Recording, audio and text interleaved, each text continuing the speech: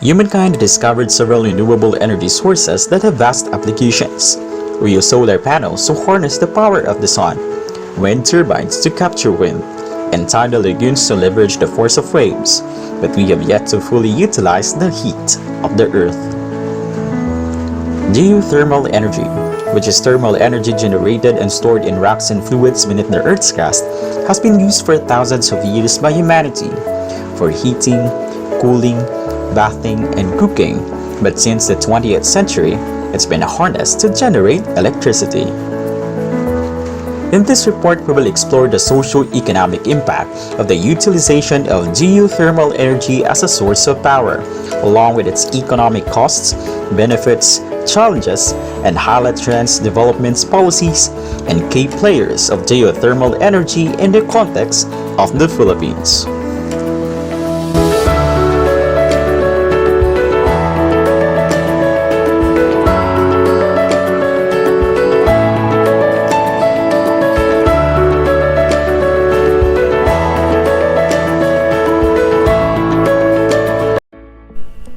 Geothermal power is sometimes mistaken to be an expensive source of electricity and is often comparable to developing a conventional fuel plant.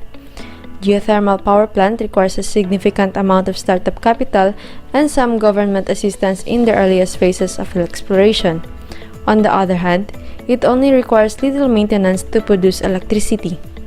The majority of geothermal power plant can run at greater than 90% availability, but running at 97% or 98% can result in higher maintenance cost. For the plant to be economically feasible, the runtime must be matched against the present price of power. After the initial cost of establishing a plant, the electricity can be sold for a large profit compared to other sources. Wells are drilled to confirm the source, and pipeline construction can begin before the plant is constructed. The extensive testing makes it viable to begin constructing infrastructure before final resource analysis. While this is happening, plans for the plant are developed to fit the specific site, and construction begins after final analysis.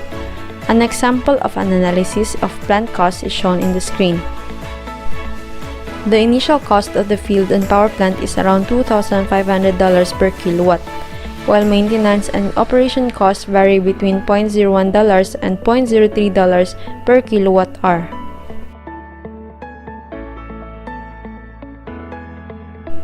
Geothermal power project costs are heavily influenced by the reservoir quality, the type of power plant, and the number of wells required.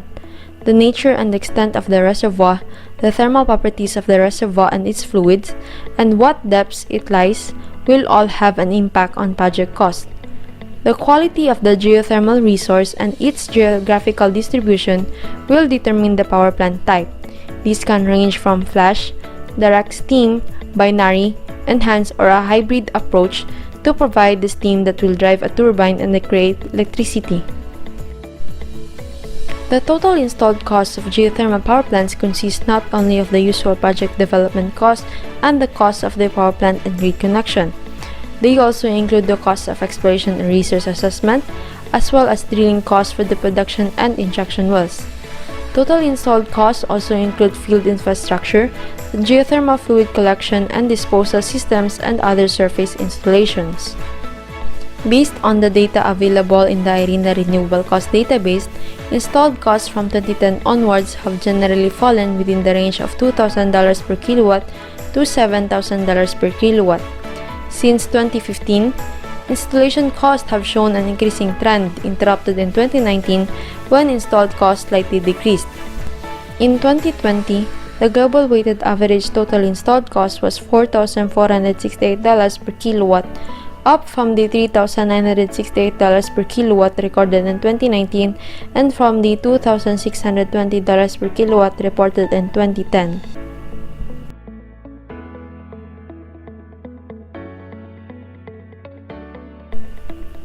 Geothermal energy output has been steadily expanding over the last several years and is expected to continue doing so for many more.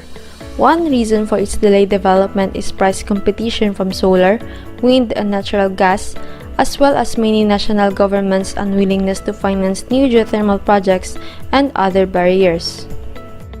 Administrative barriers. Geothermal projects development needs a range of various permits. Administrative issues such as licensing, permitting, and environmental assessment are technically not barriers. Delays that are caused by a variety of circumstances, such as lack of information of geothermal development's features, understaffed offices, vacation schedules, or the sheer volume of permits and/or parties involved, might have an effect on geothermal projects' financial prospects. On the other hand, governments should ensure that their regulations establish a transparent and straightforward process that will foster the deployment of new projects. Social barriers. The social acceptance of geothermal energy is often a barrier to its development. A project's success is reliant upon the views of impacted stakeholders, which include affected members of the public, legislators, and market players.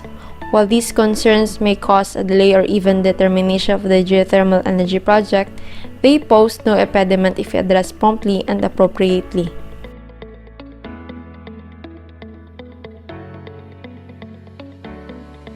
Financial barriers. Proving geothermal potential is an expensive endeavor that requires several studies such as geophysical surveys, thermal gradient holes, and full-size diameter drilling well. Each of these steps costs at least $1 million for a total of $5 million to $10 million to prove the existence of a geothermal resource. Given the cost of construction and the difficulties of securing bank financing, developing geothermal power plants demands a considerable investment. Due to the inherent risk in geothermal research, corporations are often compelled to seek public funding.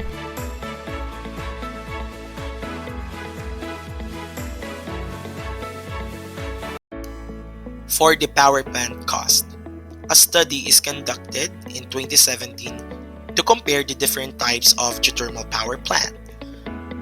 Those are single flash, dual flash, and binary power plant in terms of cost. A single flash steam is commonly installed in any geothermal area with a high proportion of liquid. The liquid geothermal fluid is expanded by an expansion valve, resulting in two-phase flow. This combination of liquid and vapor is routed to a separator maintained at a constant temperature and pressure to separate the liquid and vapor. The generated vapor is delivered to the steam turbine for energy generation, while the residual liquid is re-injected into a re-injection well. A single flash steam plant contributes around 80% of the entire energy demand on a yearly basis, generating 456 million kilowatt-hour of energy. Its overall cost was $946 million for an 80% contribution. As you can observe to the single flash steam, the consumption seems costly because single flash has only one separator. In terms of time production, to achieve the 80%, it needs a longer duration. The second one, the double flash steam power plant, which operates similarly to the single flash steam power plant, except that it utilizes two separators to generate both high and low pressure steam flows that drive the steam turbine. The contribution of the dual flash power plant is identical to that of single flash power plant, but it produces a larger power output of 612 million kilowatt-hour. It will cost around $776 million in total. It's typically obvious that dual flash steam can generate a huge power since it has two separators. In terms of productivity, it consumes a shorter time for production than the single flash. The third one is the binary geothermal power plant, which directs the hot geothermal fluid to a heat exchanger or the vaporizer, which regulates a secondary fluid with a low boiling point and a high vapor pressure. The heat exchange between geothermal fluid and the secondary fluid causes the secondary fluid to evaporate, which is then utilized to power the turbine. its overall energy consumption surpasses by up to 80%, with 632 million kilowatt-hour of energy annually, and by up to 90% with 711 million kilowatt-hour of energy yearly. Its entire cost is less than the 625 million cost of flash steam power plant, with an 80% contribution. The binary power plant has the lowest total cost of when compared to other types of plants. It saves 32.2% when compared to a single flash power plant. It's because the thermal efficiency of a steam turbine is usually higher than of a reciprocating engine. Very high power to weight ratio compared to a reciprocating engines. Fewer moving parts than the reciprocating engines. Steam turbines are suitable for a large thermal power plants that has a high power at low cost. For the outlook for geothermal energy. Although geothermal energy numbers were relatively stagnant for the past years, there's an expectation in its growth in the near future. Geothermal power production offers several non-cost advantages, such as 24 hours a day electricity production regardless of weather, dispatchability, minimal emission, and a small footprint. Additionally, geothermal power plants have the ability to dispatchable and operate as a flexible energy source. Flexibility in the power sector might refer to a variety of services, including grid support, regulation, load following, spinning reserve, non-spinning reserve, and replacement or supplementary reserve. As you can see in the graph, that the geothermal energy has the lowest levelized cost of electricity, around 770 gigawatts compared to other energy used, which shows that the price of the geothermal energy at which the generated electricity should be sold for the system to break even at the end of its lifetime.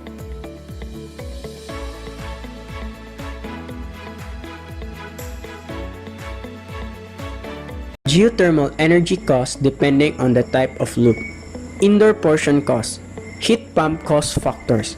An average geothermal heat pump can cost between $1,500 to $2,500 per ton. Although the actual size of the heat pump is determined by the home's heating and cooling needs. The standard family with 2,000 square foot, the home will require a 5-ton heat pump. Outdoor portion cost. Ground loop cost factors. There is an open loop system that is less common. It circulates water from well or surface water through the system and pumps it back to the ground through a discharge pipe.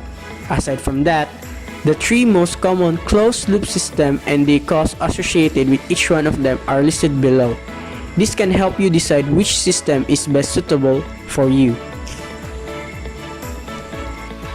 Horizontal system. In this system, layers of coils or straight runs of polyethylene pipe are installed in 6 feet deep trenches. It is one of the cheapest underground option but requires a lot of open space. A house with 2,000 square foot needs 400 feet of 2 feet wide trenches. An average direct cost for this system ranges between $1,000 to $2,000 per ton. Vertical system.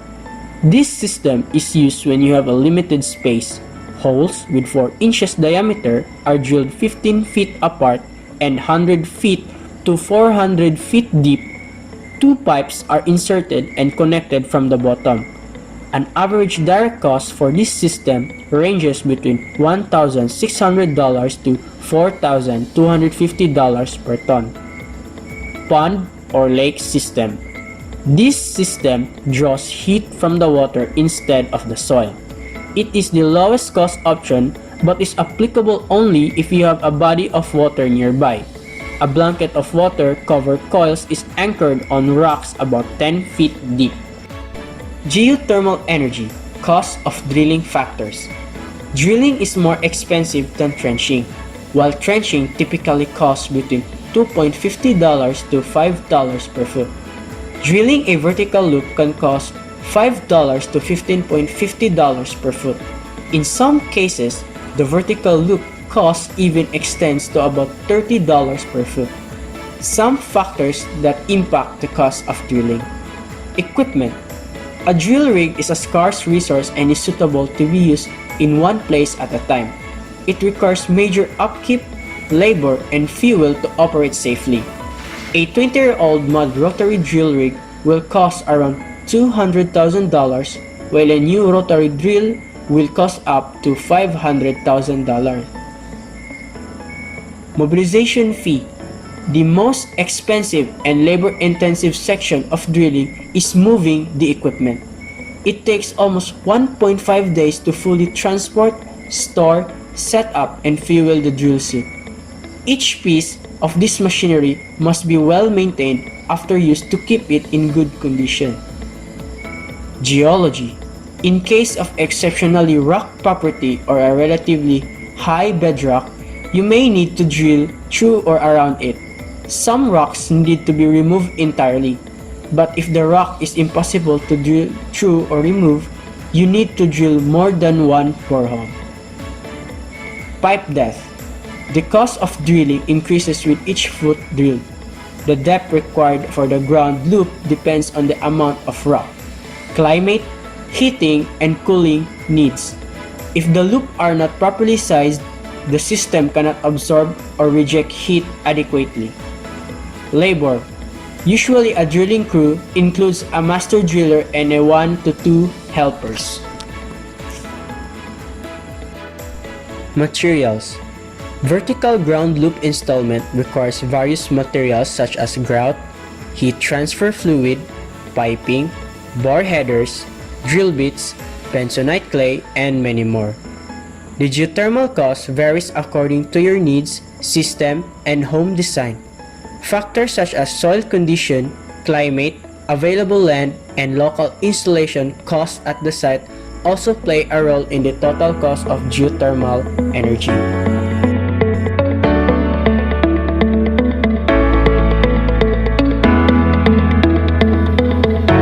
We have been talking about geothermal power. But why geothermal power? What are its benefits? So geothermal power brings about many economic benefits.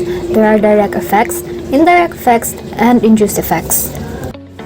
Direct effects are on-site jobs and income created as the result of initial investment.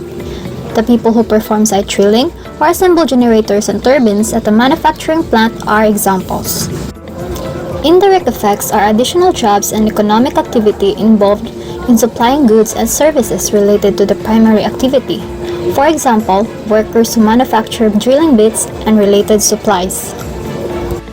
Induced effects are employment and other economic activity generated by the respending of wages earned by those directly and indirectly employed in the industry. Jobs created by drilling bit, manufacturing plant workers spending their wages at the local grocery store are examples. One of the most important economic benefits of a geothermal power plant is employment. Geothermal resources are usually located in rural areas and require local workforce. Geothermal industry provides jobs for power plant operation and maintenance and other geothermal development like research, consulting, legal, and government regulators. Temporary workforce for manufacturing and construction sector are also created by geothermal power plants.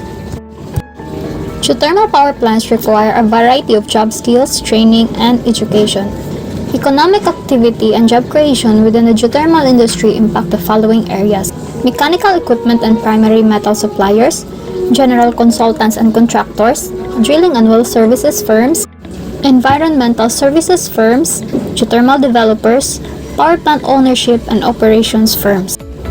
Mechanical equipment and primary metal suppliers make casings for geothermal well shafts, drilling equipment, power plant equipment and controls, pumps, and transport or light construction equipment. General consultants and contractors search for geothermal resources and prepare simulations of resource availability and economic analysis so that developers can obtain financing. Drilling and well services firms use resource management, geoscience, and stabilization technology and expertise similar to that of the petroleum industry. Geothermal developers under contract to a utility, government, or other entity to develop a project often act as general contractors and hire other firms to do the work. This can include all facets of development, from construction site to security and safety to turnkey requirements. Power plant ownership and operation firms may be electric utilities or independent power producers, which require trained and certified power plant operators and maintenance staff. Geothermal power is a reliable energy source. It is well known that geothermal power plants can operate 24 hours a day with a steady output, regardless of environmental conditions, and are not subject to the unpredictability and voltage range that variable energy resources face, and hence can fulfill the necessary role as a renewable baseload power source. As aging baseload fossil fuel plants retire, geothermal power plants can provide the electricity these plants have historically provided to the power system.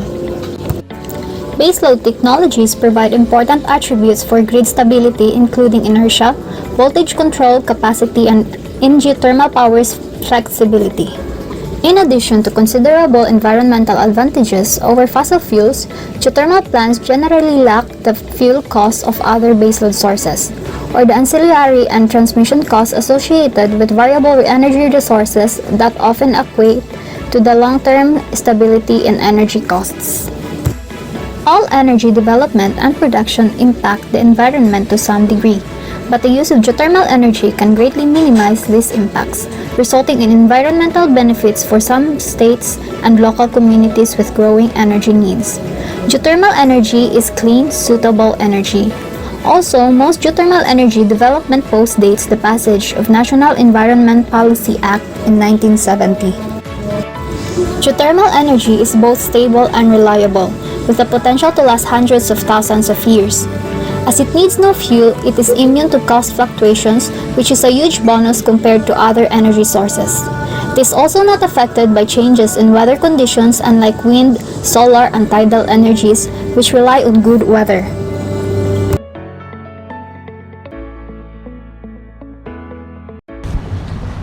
Long-term energy cost reduction. Though a geothermal power plant is expensive to build, maintenance and running costs are low, so that the overall cost is not as great as other energy sources in the long run. Geothermal energy costs around $9.5 per kilowatt hour, significantly less than biomass, which is around $13 per kilowatt hour, solar $15 to $20 per kilowatt hour, and many other renewable energy forms.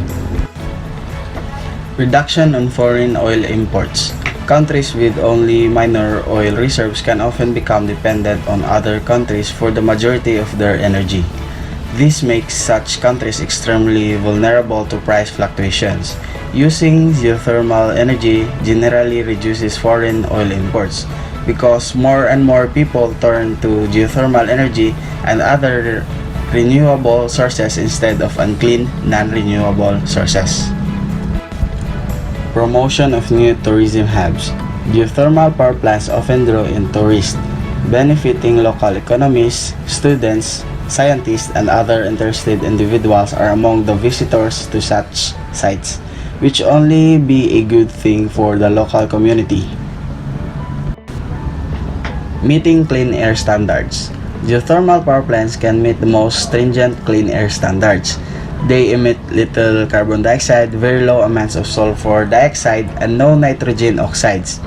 The small quantities of gases emitted from geothermal power plants aren't created during power production, means there's no combustion but are natural, minor constituents of all geothermal reservoirs. These gases eventually would vent to the atmosphere without geothermal power development, although at much slower rates. Dry steam and flash steam plants emit mostly water vapor.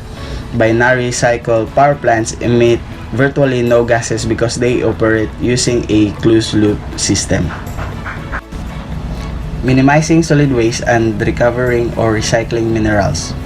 Although many geothermal plants generate no appreciable solid waste, the unique characteristics of some geothermal fluids require special attention to handle and drain solid byproducts. Interestingly, these solid byproducts often contain valuable minerals that can be recovered and recycled for other industrial uses. minimizing land use and impact. Geothermal power plants have small footprints. That is, they require little land compared to coal and nuclear power plants. An entire geothermal field uses 1 to 8 acres per megawatt versus 5 to 10 acres per megawatt for nuclear operations and 19 acres per megawatt for coal. A typical geothermal power plant requires wells and drilling them impacts the land. However, advanced directional or slant drilling technology has evolved which minimizes the impact. This drilling technology allows several wells to be drilled from one location, reducing the amount of land needed for drilling pads, access roads, and geothermal fluid piping. Meeting water quality and conservation standards. U.S. geothermal power plants use cooling towers or air-cooled condensers to reject waste heat into the atmosphere. Therefore, they, unlike most fossil fuel and nuclear power plants, dump no waste heat into rivers or surface water. Waste heat disposal can disrupt biota such as algae and fish in local water bodies.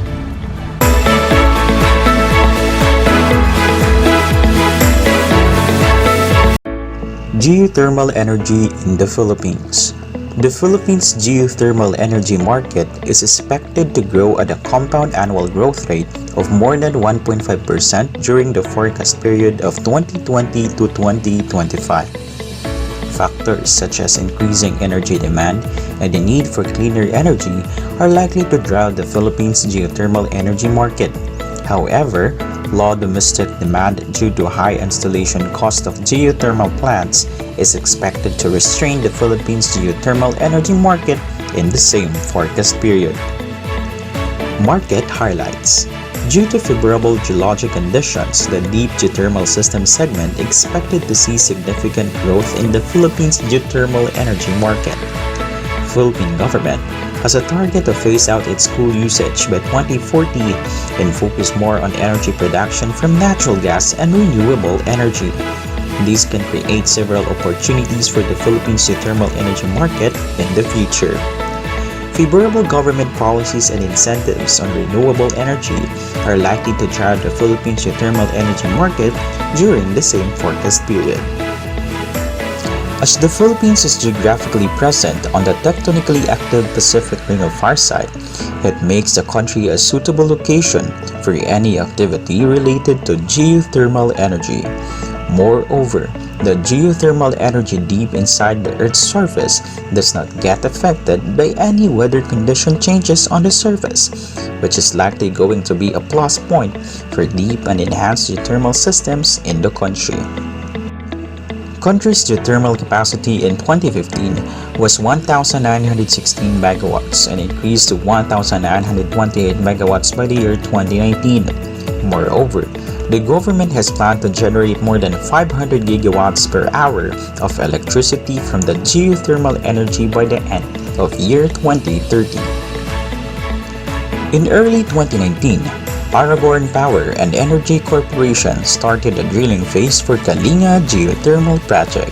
The geothermal project is expected to have the capacity of 100 megawatts with a service contract of 260 square kilometers covering barangays in Pasil, Tubuangan, and Tinglayan. In the same year, exploration phase ended. In exploration drilling, 2 well pads were completed, including the construction of access roads, improvement of national road choke points, and implementation of geohazard mitigation measures. Therefore, from the above points, deep geothermal system is likely to see significant growth in the Philippines geothermal energy market during the year 2020 to 2025. The government of the Philippines is providing considerable incentives and subsidies on the projects related to renewable energy in the country. This step was taken by the country to attract more domestic investors. The country's renewable energy is growing at a considerable rate. In 2019, the total renewable installation was 6,695 megawatts, which was higher in 2018 with 6,577 megawatts installation capacity. The Department of Energy is the lead agency in implementing the provisions in both renewable energy laws and their own implementing rules and regulations. Programs such as the Green Energy Options Program that provides end users the option to choose renewable energy resources as their source of energy. Such a policy expected to drive geothermal energy in the country because of its high potential for geothermal in the region. Incentives such as 7 years income tax holidays, 10-year duty-free importation of renewable energy machinery, equipment and materials, 100% tax credit on domestic capital equipment and services, 7-year net operating loss carryover, and several others are expected to attract more investments in the country's renewable energy sector. Hence, due to the above points, favorable government policies and incentives are likely to drive the Philippines' geothermal energy market during the year 2020 to 2025.